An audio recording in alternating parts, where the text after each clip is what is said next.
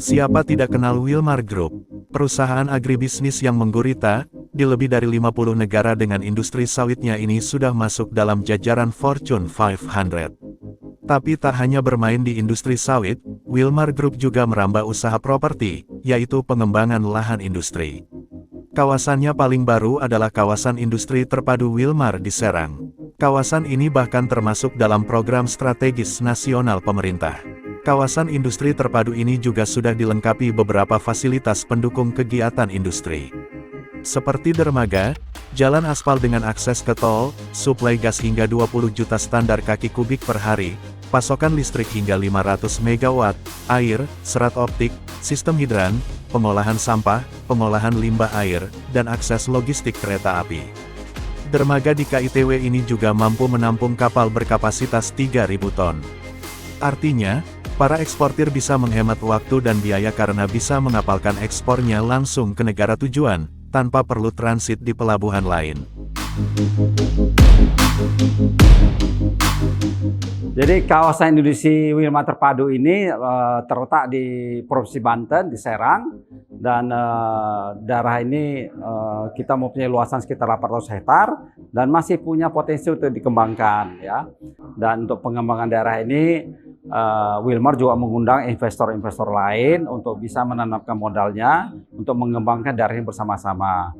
Untuk menunjang itu, Wilmar telah membangun dermaga dengan panjang platformnya itu sekitar 500 meter dan bisa menyadarkan kapal-kapal cukup besar.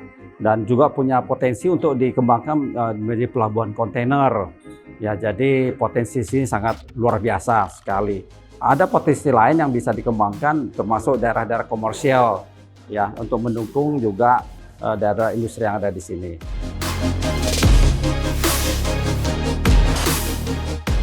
Di sini sudah masuk daerah PSN ya, strategis nasional, dan tentu saja diberikan kemudahan oleh pemerintah untuk dalam hal perizinan-perizinannya. Karena kan kalau di daerah Banten ini kan belum ada industri yang terpadu seperti ini ya, yang punya potensi yang bagus karena daerahnya cukup strategis. Kita bisa mendatangkan bahan baku, contohnya sawit dari daerah Kalimantan, dari daerah Lampung, ya, yang jaraknya cukup bagus dan konsumsi domestik di sini kan cukup besar. Apalagi Jawa Barat, Banten dan sekitarnya ini kan dengan populasi yang besar, maka konsumsi untuk domestik sendiri sudah sangat mencukupi, sehingga daerah ini sangat bagus lah untuk dikembangkan. Ya. Dan di sini sudah ada fasilitas dermaga, sudah ada gas. Dari PGN juga ada mendukung, kemudian dari sisi listrik dari PLN juga sudah ada dengan tegangan 150 kV, itu juga sangat mendukung keandalan suplai listrik untuk daerah industri ya. Kita kembalikan ke kebijakan pemerintah dalam hal PSN itu ya, proyek strategis nasional, tentu saja pasti ada kebijakannya, ada hal tertentu yang bisa mengundang orang untuk masuk ke daerah proyek strategis nasional ya.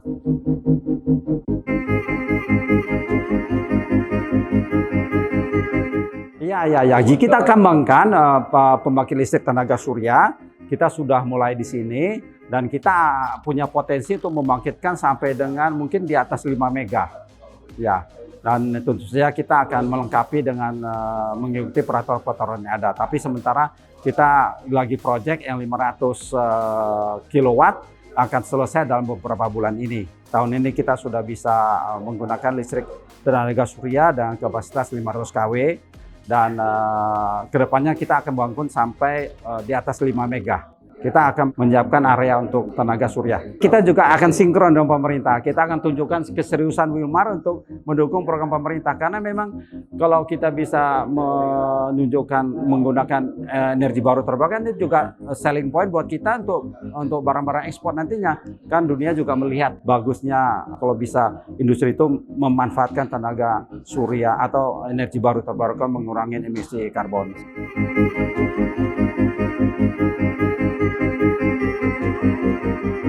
Ya pasti kurang, kalau energi baru terbarukan pasti kurang. Kalau tenaga surya tidak akan mampu supply industri, kan kita kebutuhan industri kalau dengan tanah seluas 800 hektar bisa sampai mungkin di atas 100 mega. Sekarang aja kebutuhan kita udah di atas 10 mega. Oh ya, kita juga melakukan studi-studi bagaimana mengurangi cost-cost. Jadi kita punya program energy saving, bukan hanya termasuk listriknya, tapi penggunaan air ya, terus mengurangi loser-loser, misalnya kebocoran apa segala ya. Kita dengan teknologi baru kita bisa menunjukkan bahwa industri ini dibangun dengan konsumsi daya listrik ataupun energi yang sekecil mungkin.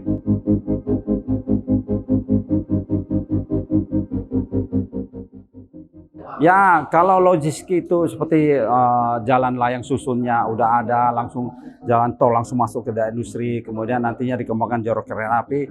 Saya yakin banyak investor yang mau masuk sini dan mereka akan betul-betul serius lah.